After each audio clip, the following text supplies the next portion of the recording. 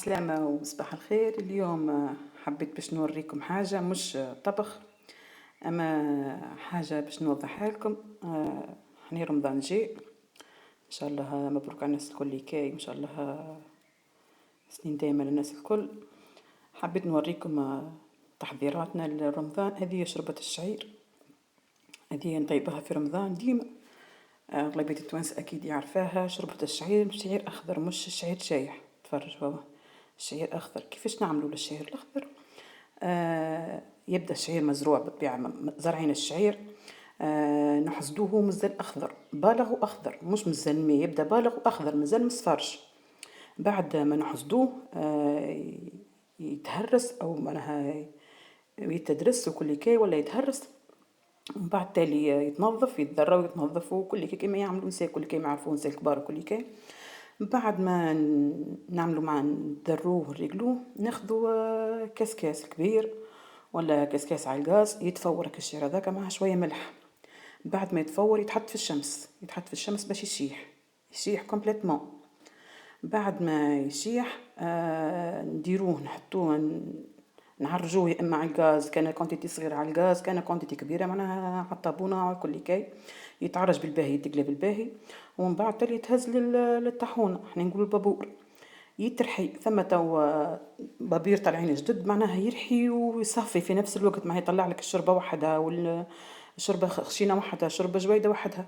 وثم اللي يحب يصفي بيديه. ثم غرابيل خاصين، خصوصي الناس الكبار يعرفوا كيفاش يعملوه، معناها يغربلوه كل كاين. عندي حماتي ربي يشدها بصحتها، هي اللي عاونها شويه، هي اللي تعرف كيفاش تغربل وتعمل كل شيء غربلتها. وهذه الشربه، هذيك شربه الشعير، هذيك الشربه الخضراء، احنا نقولوا شربه الشعير اخضر. هذه الشربه. وهذا الملثوث، كان لاحظتوا الملثوث اجود من الشربه. الملثوث نفوروه نعملوا كسكسي، نطيبوه بالحوت، نطيبوه باللحم، نطيبوه باي حاجه، ولذيذ برشا وبنين برشا. وكما تعرفوا الشعير فيه فوائد غذائيه كبيره برشا، ومشكل العجين معناها الشعير مش عارفين الشعير معناها مش مثلا قمح ولا فرينه ولا حاجه، معناها فيه فوائد غذائيه كبيره برشا.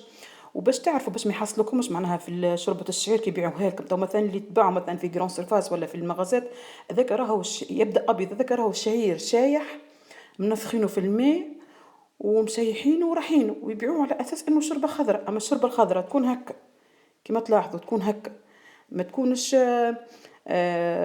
تكون حمراء كما تشوفوا باش تلاحظوا بالباهي، تكون حمراء ما تكونش بيضة. شربة الشعير اللي بيعوا فيها تبدا بيضة، باش تعرفوا معناها الفرق ما بين شربة الشعير المنفخ معناها وما بين الشعير الاخضر. هذا شعير اخضر، هذا شعير اخضر محصود ومقلي ومرحي، حتى الريحه نتاعها سبحان الله، الريحه نتاعها مميزه. واحنا اغلبيه الوقت معناها نستعملها في سعير الايام اللي يحب يطيب شوربه الشعير يطيبها، والا في رمضان اغلبيه الوقت نستعملها في رمضان. تجيب اللحم، تجيب الحوت، وتجي الشرب معناها نحلو عليها فطرنا وكل كاي. وفي اللي يحبها زدا يعملها مثلا، يحب يفورها زدا يعملها مثلا كيف الكسكسي، تتفور عادي، تتفور كما تفور الكسكسي وتجيكم زدا روعه.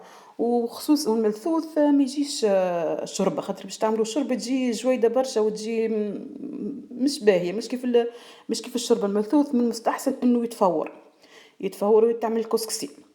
وكان تحبوا نصور لكم معناها الفيديو نتاع الملثوث كيفاش نطيبوه، اعطوني رايكم في الكومنتات ونقول لكم. وتحبوا مثلا زاد طريقه الشربه الخضراء كيفاش زاد نطيبها، زاد اعطوني رايكم في لي كومنتات. وما تنساوش باش تشتركوا في قناتي، تدعموني خاطر قناتي مازالت قناه صغيره وجديده. وكهو بسلامه.